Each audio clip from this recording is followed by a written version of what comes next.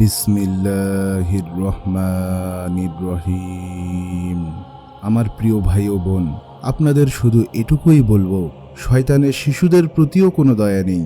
এটাই যথেষ্ট আপনাদের বোঝানোর জন্য যে শয়তান কতটা নিষ্ঠুর। রাসূলুল্লাহ সাল্লাল্লাহু আলাইহি ওয়াসাল্লাম বলেছেন, কোনো শিশু জন্ম নেয় না যাকে শয়তান খোঁচা দেয় না। এ যেন এক ঘোষণার মতো, তুমি আমার শত্রু। শিশুটি তখনও 1 মিনিট বয়সীও নয়, আর সেই খোঁচার কারণেই শিশুটি জোরে কেঁদে ওঠে।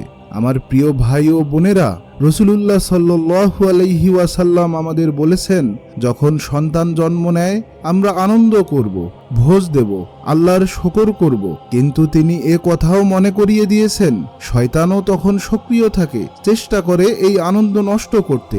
সে আমাদের ও আমাদের পরিবারকে ধ্বংসের পথে নিতে চায়। পবিত্র কোরআনে আল্লাহ সুবহানাহু ওয়া তাআলা স্পষ্টভাবে সতর্ক করেছেন, শয়তান তোমাদের ধন সম্পদ ও সন্তানদের ব্যাপারে প্রভাব খাটাবে। এ প্রভাব শুরু হয় খুব সূক্ষ্মভাবে। সন্তানের নামকরণ থেকে শুরু করে কোন স্কুলে ভর্তি করানো হবে, কি ধরনের শিক্ষা দেওয়া হবে, সবকিছুতেই শয়তান জড়িয়ে পড়তে চায়। আর আমরাও শয়তানের ফাঁদে পড়ে শয়তানকে সবকিছু করার জন্য সুযোগ করে দেই। জেনে রাখুন, প্রতিটি শিশু জন্মগতভাবেই আল্লাহর প্রতি আত্মসমর্পণের ক্ষমতা নিয়ে আসে। এটি তাদের ফিতরা।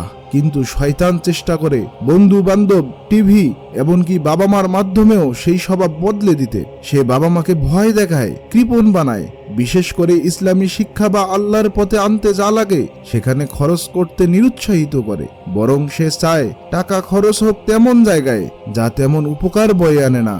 আমি এক ভাইয়ের কথা মনে করি, যাকে আমি ব্যক্তিগতভাবে চিনি। আমি তাকে বলেছিলাম সন্তানকে একটি ভালো ইসলামী স্কুলে ভর্তি করানোর জন্য, কিন্তু তার একমাত্র অজুহাত ছিল খুব খরচ। পাবলিক স্কুল যে ভালো এমন কিছু নয়, শুধু টাকা বাঁচানোর চিন্তা। কিন্তু কয়েক সপ্তাহ পর তিনি একটি নতুন গাড়ি কিনলেন, পুরো টাকায় একবারেই পরিশোধ করে, যে টাকায় বহু বছরের স্কুল ফি হয়ে যেত। আমি যখন তাকে বললাম, তিনি বললেন, ভাই অফারটা এত ভালো ছিল, হাতছাড়া করতে পারেনি। সুবহানাল্লাহ। আল্লাহ তাকে, তার সন্তানদের এবং আমাদের সবাইকে হেফাজত করুন। আমার প্রিয় ভাই ও বোনেরা, শয়তান আমাদের 70টি অজুহাত দেখাবে যাতে আমরা 10 বছরের সন্তানকে নামাজে উৎসাহিত না করি। কেন? কারণ কাল তার স্কুলে প্রজেক্ট জমা দিতে হবে।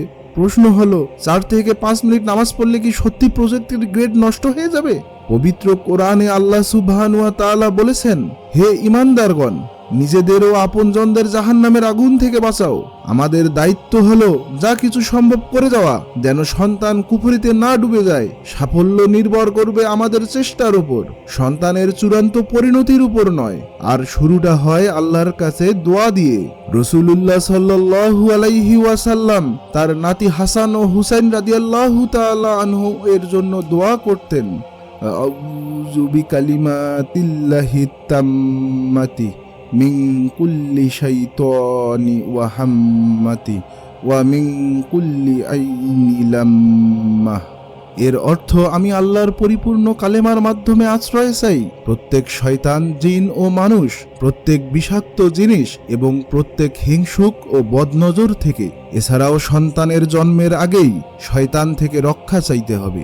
রাসূলুল্লাহ সাল্লাল্লাহু আলাইহি ওয়াসাল্লাম বলেছেন, যখন স্বামী স্ত্রী মিলিত হয় তখন বলবে, বিসমিল্লাহি আল্লাহুম্মা জান্নিবিনাশ শাইতানা ওয়া জান্নিবিশ শাইতানা মা রাযাকতানা।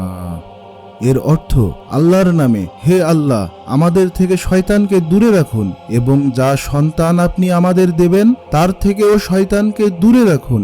যদি এই সময়ে সন্তান নির্ধারিত হয়, শয়তান তার উপর কখনো প্রভাব বিস্তার করতে পারবে না, এমনকি তাকে ইসলাম থেকে ফিরিয়ে দিতে পারবে না। আল্লাহ সুবহানাহু ওয়া তাআলা আমাদের সন্তানদের শয়তানের চক্রান্ত থেকে হেফাজত করুন। আমিন।